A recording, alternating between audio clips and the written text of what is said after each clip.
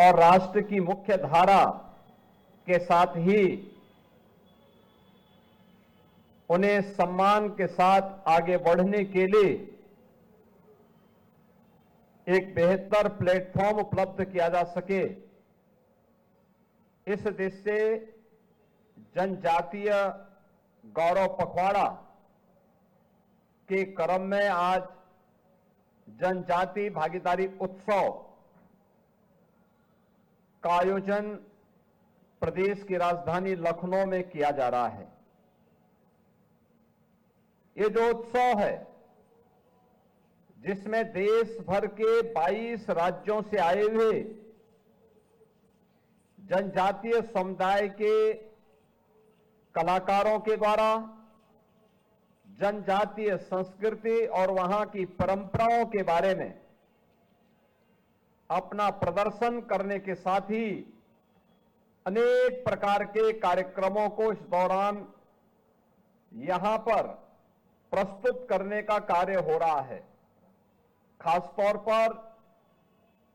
सांस्कृतिक समागम और यात्रा, जिसमें मैं 22 राज्यों के इन कलाकारों को इन कार्यक्रमों के साथ जुड़ने का अवसर प्राप्त हो रहा है। इसमें कलाकार सहभागिता की दृष्टि से भी अरुणाचल प्रदेश पार्टनर स्टेट होने के साथ ही इसमें गुजरात, जम्मू कश्मीर, महाराष्ट्र, सिक्किम, उड़ीसा, राजस्थान, छत्तीसगढ़, कर्नाटक, मध्य प्रदेश, बिहार, उत्तराखंड, पश्चिमी बंगाल, मिजोरम, गोवा, केरल, हिमाचल प्रदेश, असम, त्रिपुरा, झारखंड, पंजाब, इन सभी राज्यों के कलाकार उत्तर प्रदेश में आकर के इस जनजाति भागीदारी उत्सव में सहभागी बन रहे हैं। इस कार्यक्रम में एक हस्तशिल्प और कला प्रदर्शनी का भी आयोजन किया गया है और साथ साथ एक व्यंजन मेला भी लग रहा है, जिसमें जैवनार और देसी स्वाद जो जुड़े हुए हैं उनको भी यहां पे प्रस्तुत करने के साथ ही जनजाति साहित्य को समर्पित साहित्यिक और विकास मंच, जो जनजातीय साहित्य के साथ साथ धरती आबा के प्रति हम सम्मान का भाव व्यक्त कर सकें, इसको समझने देखने का एक मंच हम सबको प्राप्त हो रहा है। बहनों और भाइयों, यह वर्ष हम सबके लिए कई मायनों में बहुत महत्वपूर्ण है। यह वर्ष भारत शिल्पी लौह पुरुष सरदार वल्लभ भाई पटेल की 150 वर्ष जयंती के पूरे होने का वर्ष है। यह वर्ष धरती आबा भगवान बिरसा मुंडा की जयंती के 150 वर्ष पूर्ण होने का वर्ष भी है। याद करिए, 31 अक्टूबर 1875 को लौह पुरुष सरदार वल्लभ भाई पटेल का जन्म होता है और 15 नवंबर 1875 को धरती आबा भगवान बिरसा मुंडा का जन्म होता है। यह वर्ष भारत का राष्ट्रगीत वंदे मातरम के भी 150 वर्ष में प्रवेश करने का वर्ष है। यानी एक अमर गीत जिसने भारत की जनचेतना को जागरूक करते हुए भारत की स्वाधीनता को एक नया मंत्र दिया था, उसके भी 150 वर्ष पूर्ण होने की ओर अग्रसर हुए हैं। और यह वर्ष भारत के संविधान, जैसे बाबा साहब भीमराव अंबेडकर ने जिस संविधान को भारत जैसे देश के अनुकूल बनाया था, जो स्वतंत्र भारत की एकता और अखंडता का एक आत्मा बन गई, भारत के संविधान के भी अमृत लागू होने के अमृत वर्ष में हम लोगों ने प्रवेश किया है। यानी इतनी उपलब्धियों से जुड़ा हुआ यह वर्ष इस समय हमें धरती आबा भगवान बिरसा मुंडा के प्रति कृतज्ञता ज्ञापित करने और उनके प्रति हम सब प्रेरणा प्राप्त कर सकें, इस दिशा से यह वर्ष आयोजित करने का सौभाग्य प्राप्त हो रहा है। बहनों और भाइयों, आप सब जानते हैं, जैसे कि यहां समाज कल्याण मंत्री भी बता रहे थे कि धरती आबा बिरसा मुंडा भारत के स्वाधीनता के पक्षधर थे। इसके लिए उन्होंने अभियान चलाया। तत्कालीन ब्रिटिश गवर्नमेंट ने उन्हें गिरफ्तार किया और मात्र 25 वर्ष की उम्र में उन्होंने रांची के जेल में अंतिम सांस ली। उन्होंने उस समय जनजातीय समुदाय को एक ही नारा दिया था और वह नारा था, अपना देश अपना राज। यानी देश हमारा है तो राज भी हमारा होना चाहिए, विदेशी हुकूमत भारत के अंदर राज न करे। और यह हमारा सौभाग्य है कि 15 नवंबर की तिथि को जनजातीय दिवस के रूप में पूरा भारत आयोजित कर सके, इसकी प्रेरणा प्रधानमंत्री मोदी जी ने पूरे देशवासियों को दिया और आज उसी का परिणाम है कि हम एक पूरे पखवाड़े को 1 नवंबर से लेकर के 15 नवंबर तक जनजातीय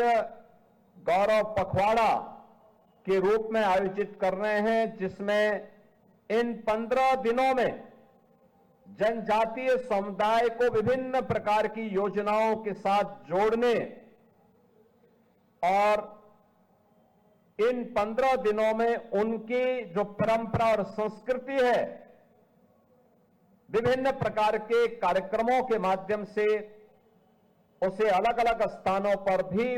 उसका प्रस्तुतिकरण देखने का अवसर हम सबको प्राप्त हो रहा है। बहनों और भाइयों, उत्तर प्रदेश देश की आबादी का एक सबसे बड़ा प्रदेश है। जनजातीय समुदाय की आबादी उत्तर प्रदेश में यद्यपि कम है, कुल आबादी की तुलना में आप देखेंगे तो काफी कम है, लेकिन मुझे अब देख करके प्रसन्नता होती है। पहले हम सरकारी नौकरी के विज्ञापन निकालते थे तो सरकारी नौकरी के विज्ञापन में अनुसूचित जाति की सीटें पूरी नहीं भरी जाती थी। अभी हाल ही में हम लोगों ने 60,244 पुलिस की भर्ती की और पुलिस की भर्ती में मैं देख रहा था कि जितनी भी सीटें अनुसूचित जनजाति के लिए आरक्षित थी, वे सभी सीटें अनुसूचित जाति की ही युवाओं ने उसको पूरा भरा है, कोई सीट खाली नहीं थी। यानी ये चीजें दिखती हैं कि उनकी शिक्षा का स्तर बढ़ा है, उनकी भागीदारी बढ़ी है, शासन की योजनाओं में उनको जो पहले वहां तक लाभ नहीं पहुंच पाता था, आज उनकी भागीदारी बढ़ाने का प्रयास हुआ है।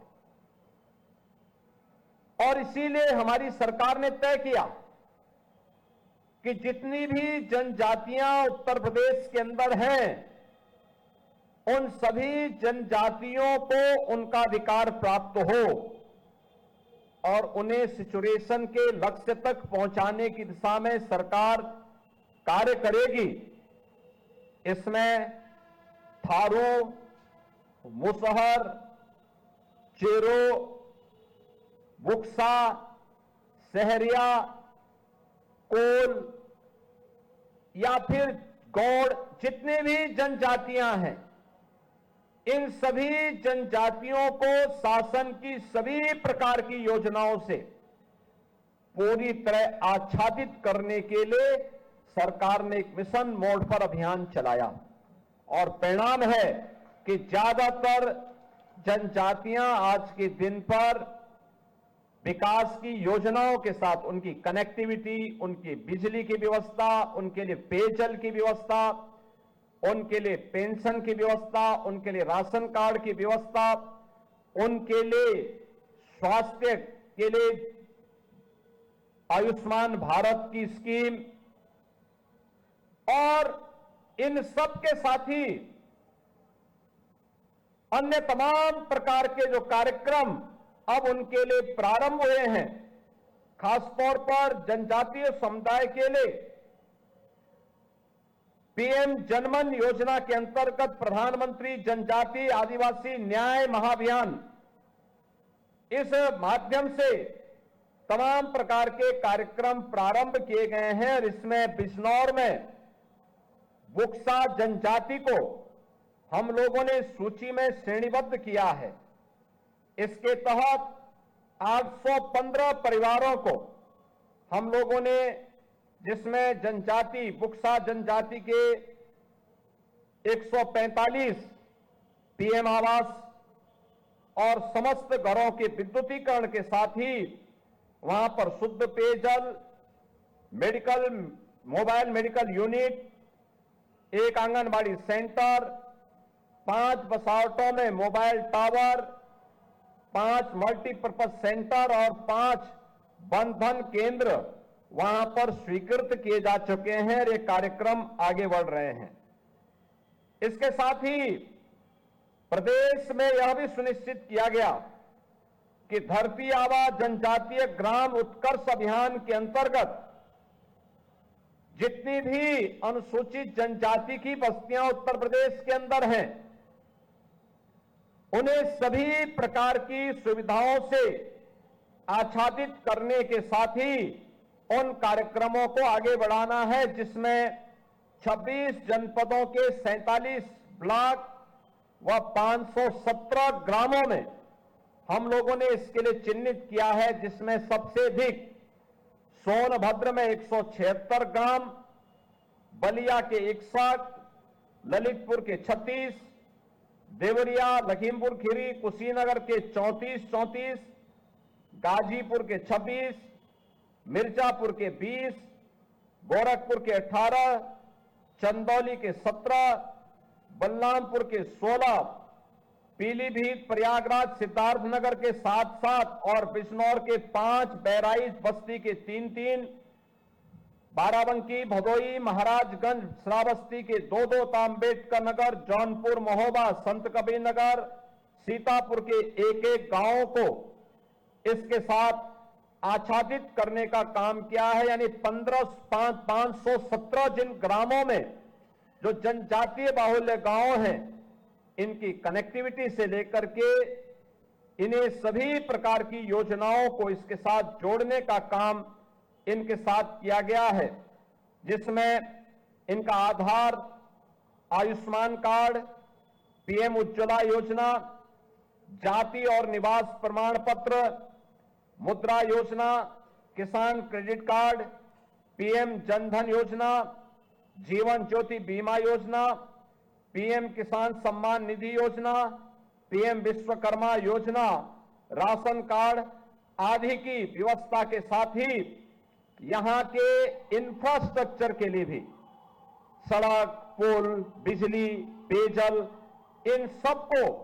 इसके साथ आच्छादित करने की स्वीकृति भी ये डबल इंजन की सरकार ने इन सभी क्षेत्रों में उपलब्ध करवाया। अनुसूचित जनजाति के छात्र छात्राओं को मिलने वाली स्कॉलरशिप और शुल्क प्रतिपूर्ति, मुझे प्रसन्नता है कि हम लोगों ने अब तक 1,50,000 ऐसे छात्रों को योजनाओं के साथ जोड़ा है और इससे लाभान्वित किया है। 9 आश्रम पद्धति विद्यालय लखीमपुर खीरी, बलरामपुर, बहराइच, महाराजगंज, श्रावस्ती, बिजनौर में संचालित हैं और जिनके माध्यम से हम लोग 2026 बच्चों को, जनजातीय छात्र छात्राओं को वहां पे अत्याधुनिक शिक्षा उपलब्ध करवा रहे हैं। जनजातीय छात्रों के लिए निःशुल्क छात्रावास की दृष्टि से भी 2 छात्रावासों का संचालन है। 8 छात्रावास, जिसमें लखीमपुर खीरी, चंदौली में 2-2, मिर्जापुर, बलिया, गोरखपुर, सोनभद्र में 1-1, यह निर्माणाधीन है। और जनजातीय छात्रों हेतु लखीमपुर खीरी, बहराइच और सोनभद्र में एकलव्य मॉडल आवासीय विद्यालय, ललितपुर में एक एकलव्य मॉडल आवासीय विद्यालय, यह निर्माणाधीन है। बाकी 3 संचालित हैं, इन्हें सफलतापूर्वक आगे बढ़ाने का कार्य किया जा रहा है। और इसके साथ ही 6, 9 और 11 की छात्राओं जो आवासीय विद्यालय में अध्ययनरत नहीं है, को यूनिफॉर्म साइकिल योजना से भी लाभान्वित करने के साथ ही प्रदेश सरकार ने वनाधिकार अधिनियम के अंतर्गत प्रदेश के 13 जनपदों में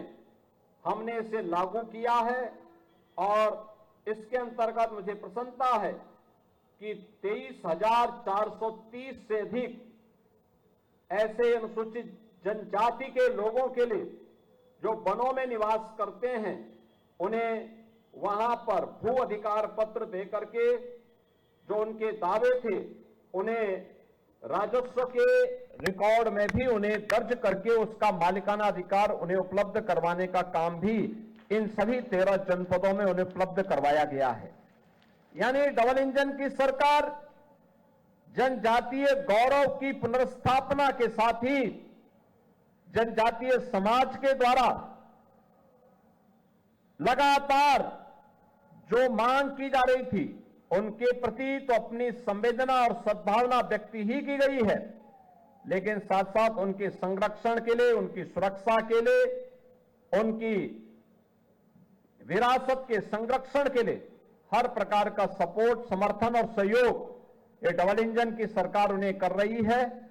आज यह भागीदारी उत्सव का कार्यक्रम यहां पर प्रारंभ हुआ है और मुझे प्रसन्नता है कि देश भर के जनजातीय समुदाय से जुड़े हुए कलाकार इस अवसर पर आए हैं और इस अवसर पर अलग अलग प्रदर्शनी के माध्यम से जनजातीय समुदाय के द्वारा विभिन्न प्रकार की कलाकृतियों को, विभिन्न प्रकार के अपने उत्कृष्ट जो उन्होंने प्रदर्शनी यहां पे लगाई है और व्यंजनों को भी हमें देखने, जानने का अवसर प्राप्त हो रहा है। मैं आज के इस अवसर पर इस पूरे अभियान के प्रति यहां पर आयोजकों को हृदय से बधाई देता हूं और विश्वास व्यक्त करता हूं कि 15 नवंबर को जब हम सभी लोग धरती आबा भगवान बिरसा मुंडा की 150 वर्ष जयंती के पूरे कर रहे होंगे, वह अवसर हर जनजातीय समुदाय के साथ साथ हर भारतवासी के लिए गौरव का क्षण होना चाहिए। इस विश्वास के साथ आज के इस अवसर पर मैं एक बार फिर से आगत सभी कलाकारों को, सभी अन्य अतिथियों का हृदय से अभिनंदन करता हूं। जनजातीय गौरव पखवाड़ा और जनजातीय गौरव उत्सव के इस आयोजन में आप सबका अभिनंदन करते हुए इस पूरे अभियान के प्रति अपनी शुभकामनाएं देता हूं। धन्यवाद। जय हिंद।